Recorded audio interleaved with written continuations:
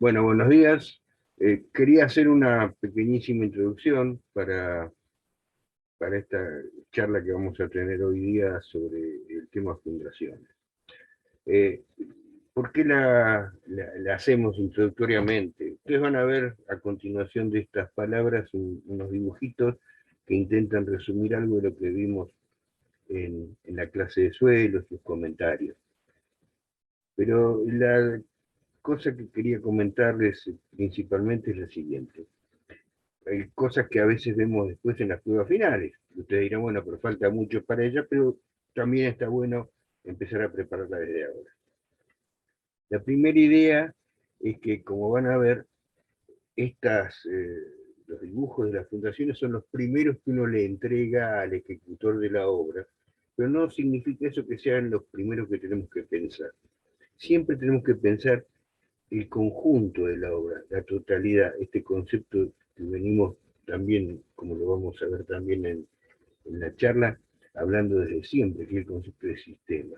Pensemos en todo el edificio y después empezamos por la fundación.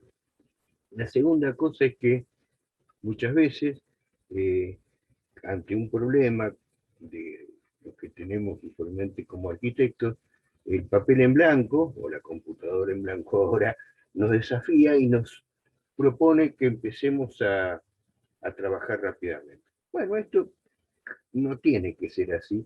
Tenemos que madurar la cuestión, tenemos que ver cuál es la mejor solución para lo que queremos hacer. Entonces, ustedes van a ver ahora unos esquemas y después vamos a tener una clase formal. La clase formal, básicamente, más allá de también tomar algunos de estos conceptos de los que nosotros decimos en este momento, intenta clasificar y tener una mirada también un poco más teórica sobre todo lo que queremos significar.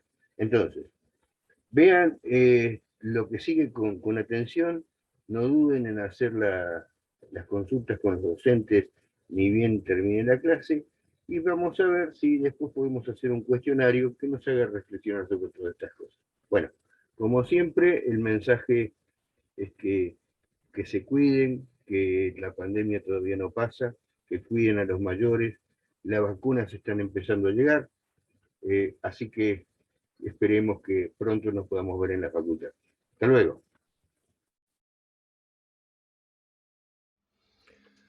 Bueno, como decíamos recién hace un momento, antes de la clase específica de hoy, queríamos hacer algunas reflexiones. Y para esto, aunque me reten los compañeros del taller, sobre todo los más jóvenes que son más tecnológicos, yo recurro a mi vieja libretita y a algunos de mis elementos que me han acompañado siempre.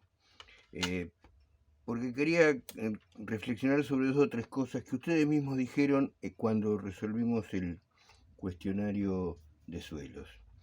¿Se acuerdan cuando nosotros preguntamos sobre la parte de arriba del animal? En verdad, ¿qué pensamos cuando nos preguntaron cómo era la parte de arriba del animal? Muy raramente nosotros pensamos solamente en la parte de arriba, sino que en verdad nosotros hicimos una idea con lo que ya teníamos en el práctico y ahí nos dimos cuenta, sumando conceptualmente en nuestra cabeza lo que habíamos visto en la guía práctica con lo que sabíamos del elefante y pensamos, ven, en todo el elefante.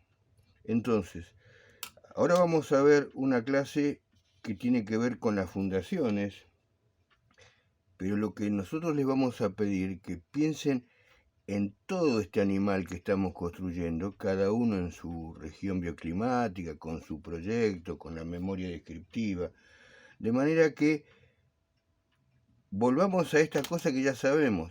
Ninguno de ustedes le puso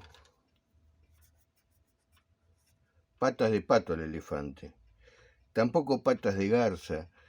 Todo el mundo se dio cuenta que para tener la guía de lo que pasaba abajo, yo necesitaba saber cómo lo que había arriba. Entonces, en el mismo sentido, nosotros ahora vamos a tener la idea total de la casa, como lo estuvimos viendo en el planteo, y después hemos visto ya algo del suelo, y de lo que se trata esta clase es de ver cómo unimos esta parte, que ya van a ver que les vamos a presentar el término interfase, es decir, no es lo de arriba, no es lo de abajo solamente, sino es el conjunto de lo que pasa abajo y arriba. Hubo una pregunta muy interesante que le hizo una vez Fuller al arquitecto Foster, y que era: ¿cuánto pesa su edificio?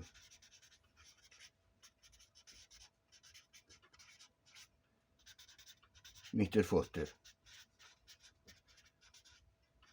Porque en realidad es lo mismo que estuvimos haciendo nosotros. ¿Se acuerdan cuando pusimos la galleta primero en el dulce, o al revés, y después en el queso? Lo que nosotros demostramos que ante la misma presión, era siempre mi dedo el otro día, unas veces entraba y otras veces no. La presión, ven, era siempre la misma. Pero en realidad lo que había variado era que la tensión del terreno era mayor en un lado y menor en el otro. Ustedes bien descubrieron la idea de tensión admisible. Dando vuelta a la hoja, entonces, tendremos que esta nueva amiga, sigma, serán unidades de peso sobre unidades de superficie. Por ejemplo, kilos por centímetro cuadrado, toneladas por metro cuadrado, etc. Es decir, que esta relación de peso, como teníamos con la fuerza que hacía el dedo, y superficie, será, ¿se acuerdan? La superficie de la galletita o la superficie del cuchillo cuando aprieta, nos hará que las cosas vayan más o menos profundas. Entonces, siempre tenemos que tener en cuenta: 1. Superficie de apoyo. 2. Tipo de suelo. Dulce de batata o queso. Y 3. El peso. ¿Por qué decimos e insistimos tanto en estas cosas? Porque básicamente nuestra idea siempre tendrá que ser sistémica. Es decir, pienso, como dijimos antes, cómo es toda mi construcción. Tengo los datos del suelo y ahí tengo una idea de cómo empezar a diseñar las fundaciones. Esta clase que ustedes van a tener ahora tiene que ver con esto.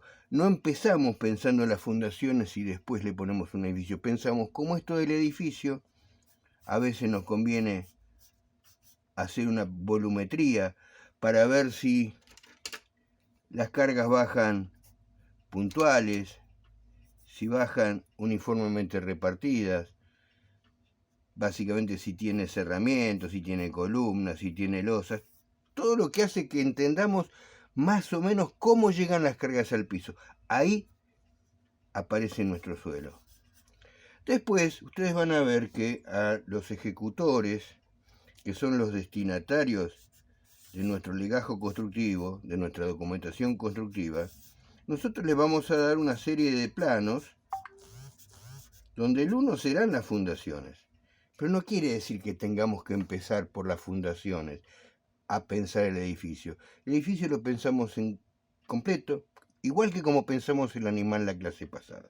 Entonces, como para terminar y ya ponernos a ver la parte específica de la clase de hoy, veamos siempre con tranquilidad todas las definiciones, estudiemos bastante la teoría, pero siempre pensemos acá, en esta idea que es esta palabrita que tanto transitamos y que tanto recalcamos, que es el sistema. Después habrá subsistemas como los cerramientos, la cubierta, los cerramientos, las fundaciones o la parte de apoyo, pero siempre lo que tiene que ver con todo el sistema. Bueno, con estos conceptos vamos a ir ahora sí a ver la clase. Hasta luego. Buenos días. En la clase de sistemas nos referíamos particularmente al concepto de apoyar y lo vinculábamos con la función de transmitir las cargas al suelo. En este caso, la función apoyar la vamos a comenzar a vincular y a relacionar con el subsistema fundaciones.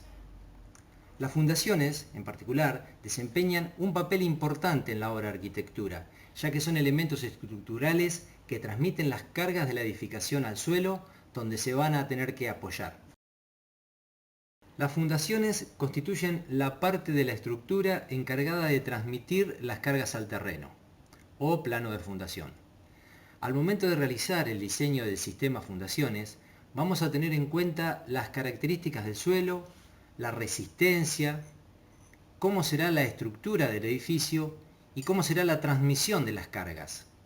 También vamos a tener que considerar y analizar, para poder definir, si las cargas llegan a la fundación de manera puntual o uniformemente distribuidas. Tendremos que considerar que la transferencia de cargas deberá realizarse de forma tal que no superen las capacidades de la tensión admisible del suelo resistente. De esta manera vamos a evitar el asentamiento o el colapso de la estructura.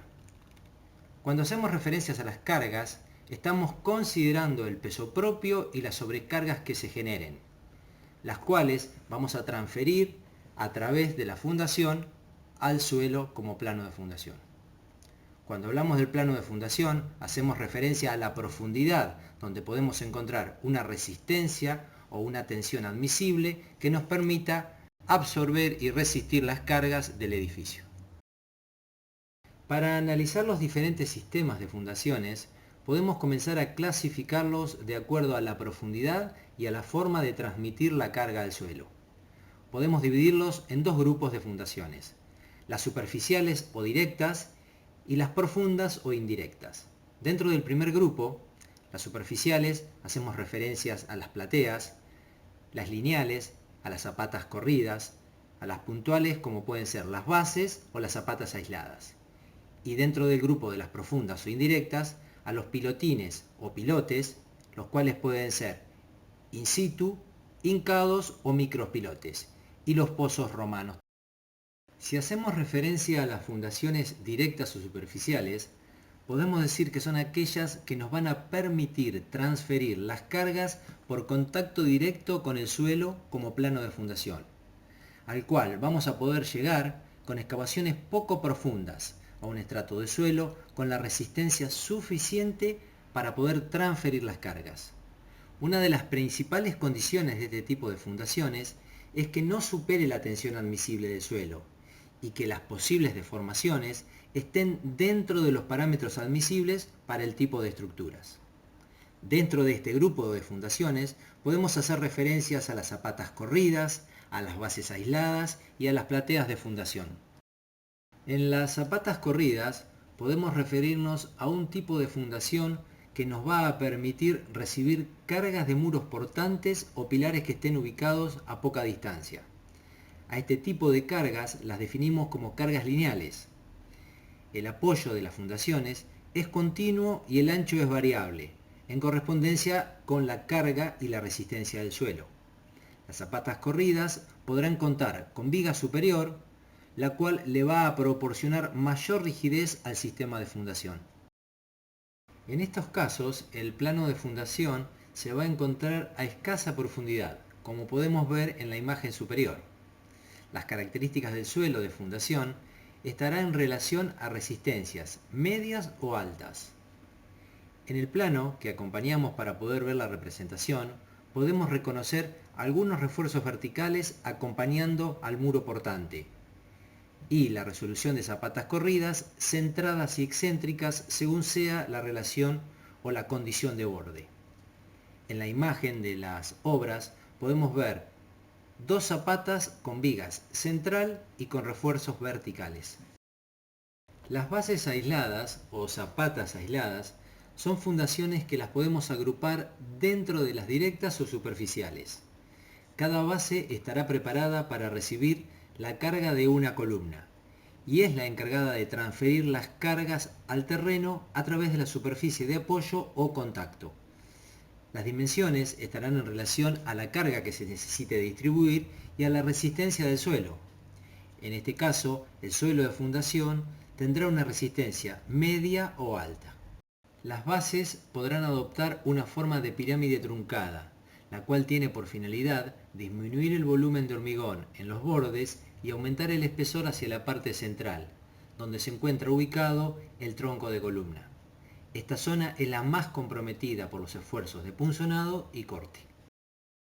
De acuerdo a la ubicación del apoyo de la columna sobre cada una de las bases, las podemos clasificar en base o zapata centrada, en la cual se utiliza para transportar la carga concentrada de una columna cuya función principal consiste en aumentar el área de apoyo en ambas direcciones.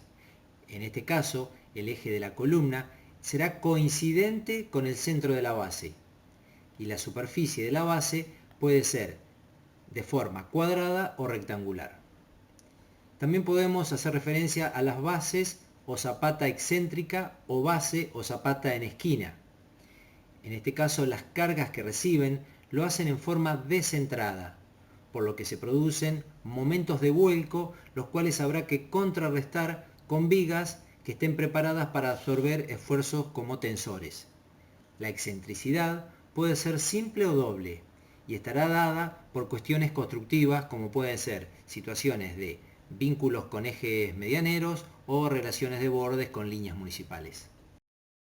Otro tipo son las bases o zapatas combinadas, las cuales nos permiten soportar las cargas de dos o más columnas. Esta resolución constructiva la podemos adoptar cuando nos encontramos en la situación que dos o más bases se superponen. Esto puede suceder porque las cargas que llegan a esas columnas son importantes, por la baja resistencia del suelo o porque las columnas se encuentran en proximidad. El plano de fundación, en este caso, será un suelo de resistencia baja a media. En este caso podemos ver sobre la imagen de la izquierda el plano donde se representa el replanteo de las fundaciones de bases centradas, excéntricas y combinadas. En las imágenes podemos ver una secuencia constructiva de la fundación. Primero se comienza con la excavación de la fundación de acuerdo a las dimensiones. Una vez que se llega hasta este plano de fundación asignado, se realiza el colado de un hormigón de limpieza para separar la armadura del suelo. Luego se realizará el hormigonado de la base trazando la pirámide truncada que anteriormente hacíamos referencia. Posteriormente se realizará el encofrado y hormigonado del tronco de la columna hasta llegar al nivel de apoyo de vigas de fundación. Se completará el pozo con suelo seleccionado y compactado para que posteriormente realizar el encofrado de las vigas, donde se colocarán las armaduras y se las vincularán con las armaduras que estaban en espera que se habían dejado en cada uno de los troncos de columna. En el caso de las plateas de hormigón armado, utilizadas como estructura de fundación, nos permiten generar una gran superficie de apoyo, una losa continua en contacto directo con el suelo. De acuerdo a las características de las cargas, podrá contar con refuerzos o nervios sobre los cuales vamos a poder apoyar los muros perimetrales y los tabiques interiores. También podemos considerar la transferencia de cargas puntuales, incrementando las armaduras en ese sector, para evitar el punzonado. La característica del suelo de fundación estará en relación a baja resistencia. Para mejorar la capacidad portante del suelo, se podrá hacer un recambio por suelos seleccionados y compactados. En las imágenes podemos ver distintas instancias constructivas de plateas para edificios de baja complejidad, en las cuales podemos reconocer el encofrado perimetral, las armaduras de repartición y, en coincidencia con la estructura, los nervios de refuerzo. En este tipo de fundaciones es importante dejar prevista la distribución de las instalaciones. Hasta aquí hemos visto distintos tipos de fundaciones directas o superficiales. Ahora vamos a continuar con las fundaciones indirectas o profundas. En algunos casos es conveniente recurrir a fundaciones de este tipo, indirectas o profundas, las cuales nos permiten transferir las cargas a un plano de fundación que se encuentra a mayor profundidad, con mecanismos de transferencia distintos que los de las fundaciones superficiales. Esto puede suceder porque los mantos superiores del suelo no tienen capacidad suficiente para recibir las cargas de la estructura, por la deformabilidad o por razones constructivas que el proyecto nos demande. La forma de transferir la carga es por la combinación de dos tipos de resistencia, por tensiones normales a la punta de la fundación y por fuste, que son las tensiones tangenciales en la superficie lateral, utilizando la fricción entre el hormigón y el suelo. Dentro de las fundaciones profundas vamos a referirnos a algunos diferentes sistemas como son los pilotines con viga de fundación, los pilotes con cabezal y pozos romanos o cilindros de fundación. El sistema de fundación compuesto por pilotines con vigas de fundación de hormigón armado conforman un sistema de tipo indirecto. En este caso, los muros y los tabiques apoyan directamente sobre las vigas de fundación y éstas, a su vez, distribuyen el peso sobre los pilotines, los cuales van a transmitir las cargas por punta y fuste al suelo resistente. Este tipo de fundación puede ser utilizado para edificios de baja complejidad y con cargas reducidas. En la secuencia de imágenes podemos ver el plano de replanteo de una estructura de fundación compuesta por pilotines y vigas de fundación y las distintas instancias de obra durante la materialización de las fundaciones. En este caso aparece la maquinaria encargada de realizar las perforaciones para los hoyos de los pilotines, luego la colocación de las armaduras y el posterior llenado con hormigón. Luego se puede apreciar el montaje de los encofrados que conforman las vigas de fundación, la colocación de las armaduras y el hormigonado. Los pilotes o pilotes con cabezal los agrupamos dentro de las fundaciones de tipo profundas o indirectas. Este tipo de fundaciones nos permiten repartir la carga de una columna sobre 2, 3 o más pilotes, los cuales pueden ser realizados in situ o prefabricados, unidos en la parte superior por un cabezal de hormigón armado. Las cargas serán transferidas al cabezal y éste la distribuirá de manera uniforme sobre los pilotes, los cuales a su vez la transferirán por punta y fuste al suelo resistente, a la profundidad según lo indique el estudio de suelos. Las excavaciones son realizadas con maquinarias pesadas o en caso de ser prefabricados e hincado, se ejecutarán por medios mecánicos. En ambos casos, este tipo de fundaciones se utilizan para fundar o transferir cargas importantes de edificios en altura o de gran escala. En este caso podemos apreciar la documentación de un plano de fundación de pilotes con cabezal y distintas instancias constructivas. Podemos ver las maquinarias de gran porte necesarias para realizar las perforaciones, las armaduras y el posterior hormigonado. En las imágenes de la parte inferior podemos ver a modo de referencia diferentes formas de cabezales y la vinculación con las vigas. Por último, vamos a referirnos a los pozos romanos o cilindros de fundación. En este caso, fundaciones de tipo indirectas, las cuales nos permiten trasladar la resistencia del suelo profundo al suelo superficial y de esta manera poder transferir las cargas de las columnas estructurales. Los pozos generalmente se excavan en forma manual, en cuyo caso el diámetro no deberá ser inferior a los 80-90 centímetros, el espacio necesario que le permita a un operario poder trabajar con comodidad. El uso de maquinarias para realizar perforaciones suele ser dificultoso cuando se trata de edificios que están ubicados entre medianeras.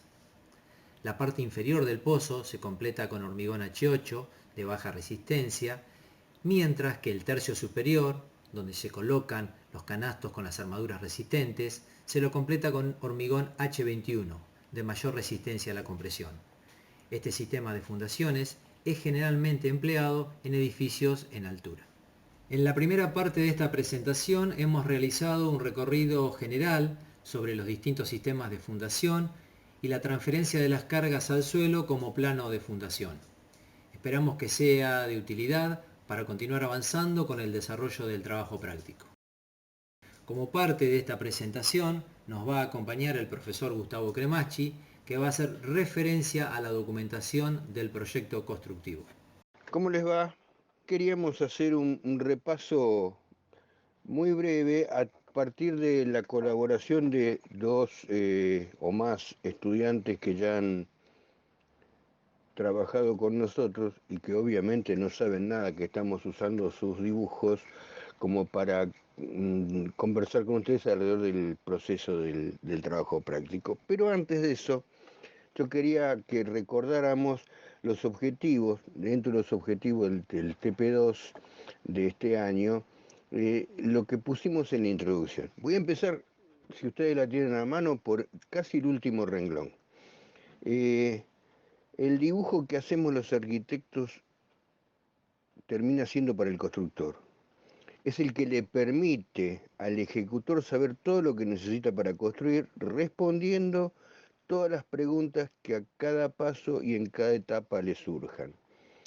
Este es el objetivo, es el destino del viaje. Ahora, conversamos con sus docentes en nuestra reunión de taller, que no todos están, todos ustedes, por diversos motivos, por la conectividad, porque han empezado por un lado o por otro, están en el mismo lugar del viaje. Dicho de otra manera, tenemos el lugar de llegada, es este que leímos recién. Ahora, hay algunos que están más adelante, más cerca, otros que están más lejos, y por eso nosotros cuando hicimos la introducción le hablamos de esta idea de los tres dibujos. Este tercer dibujo era para el ejecutor, pero antes había dos dibujos que nosotros intentamos que ustedes lo conversaran con nosotros. El primero era un dibujo que es para mí, es para ver si entiendo la consigna, si entiendo lo que quiero transmitir.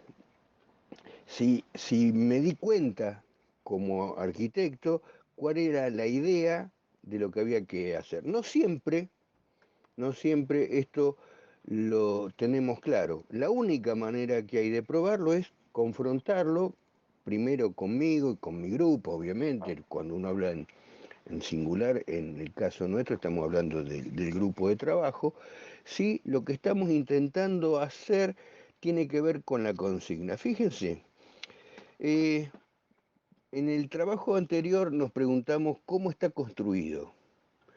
Ahora, en este momento empezamos a tratar de interpretar lo que el proyectista quiso hacer, no nada más que una descripción, sino cuál era la idea del proyectista. Y básicamente había una pregunta conductora que es ¿por qué está construido así? Que implica, también recurro a mi asesor Perogrullo, se acuerda en el que hablaba de cosas obvias nada más, eh, ¿por qué está construido así? Que implica que no está construido de otra manera. Eh, entonces este mundo donde empezamos a transitar el proyecto, la primera cosa es, ¿por qué está construido así esto? ¿Qué es lo que el proyectista quiso idear? Una vez que yo tengo claro este concepto, más adelante, ustedes saben, ya lo conocen, que este es un proceso de ida y vuelta, no es un proceso unidireccional o en el mismo sentido, más que en la misma dirección, sino que vamos, venimos, nos replanteamos, nos preguntamos, deshacemos, tiramos papeles, volvemos a buscarlos. Una vez que estamos más o menos seguros, lo empezamos a confrontar con un tercero para ver si yo lo que entendí tiene que ver con lo que el otro necesita. Ese tercero para nosotros está representado por su docente. Es el que le ha ido asistiendo, le ha ido preguntando, le ha ido, me parece que habría que buscar por allá, me parece que esto no se entiende, para que al final lleguemos a esto que decíamos al principio de generar el tercer dibujo que es para el ejecutor.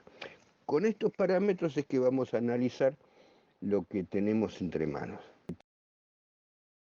Miremos lo que tenemos ahora. Esta es una obra que es un refugio de montaña, que es en una localidad que se llama Laguna Negra, que si ustedes la buscan en el mapa de situación, tiene características bioclimáticas. Nosotros le añadimos nuestra idea de cuál era el suelo de fundación, y básicamente la primera cosa que hubo que buscar era a esta obra de Osvaldo Vidinos, cuál era el objetivo que este arquitecto ha tenido para resolverlo. Descubrieron el clima, descubrieron el entorno. Si ustedes miran, algunos datos nos da la fotografía, hay nieve, hay pendiente, hay piedra, es la cordillera de los Andes.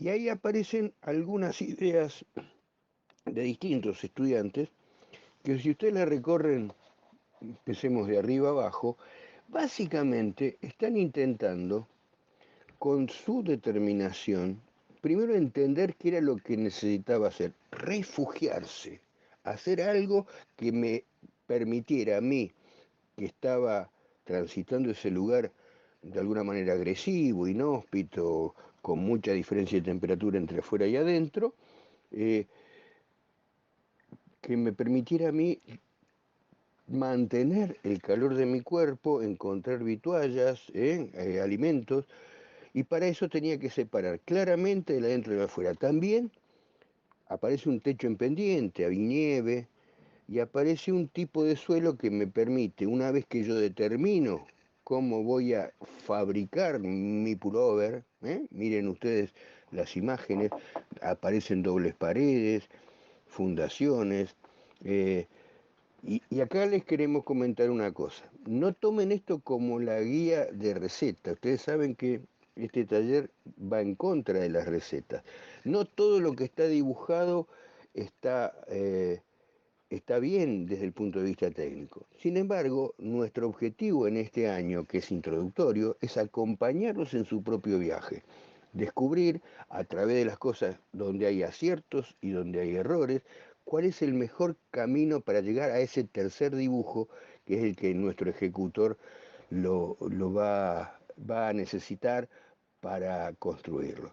Vean ustedes que en casi todos los casos no tenemos dibujos en sistemas de CAD, sino que están dibujados a mano, es decir, como lo que ustedes pueden hacer en la mesa de la cocina que están hoy utilizando con un tablero portátil.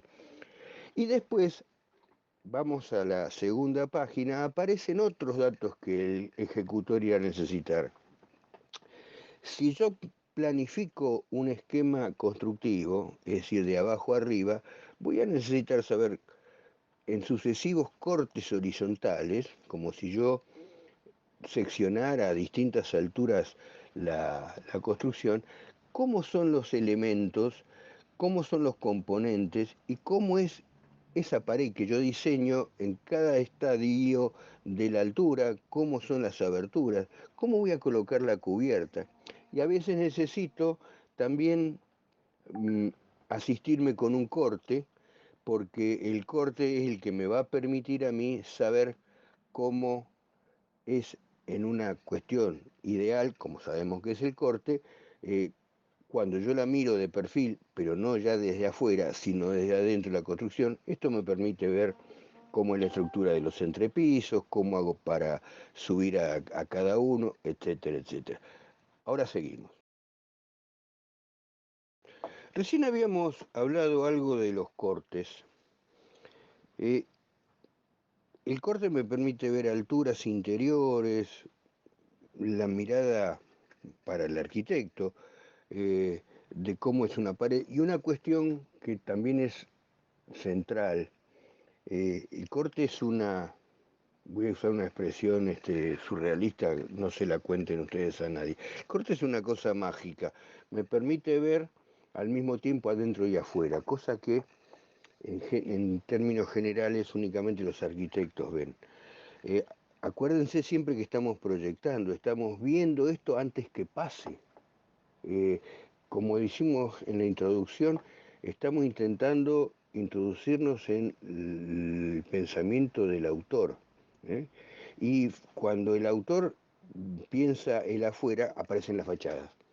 Y fíjese que en la fachada aparecen las alturas donde están colocadas las carpinterías, aparece por primera vez un dibujito de una persona, esta persona de alguna manera me da la escala humana, aparece la mirada de la pendiente no ya puesta desde el corte o desde la perspectiva, sino en un plano de Monge.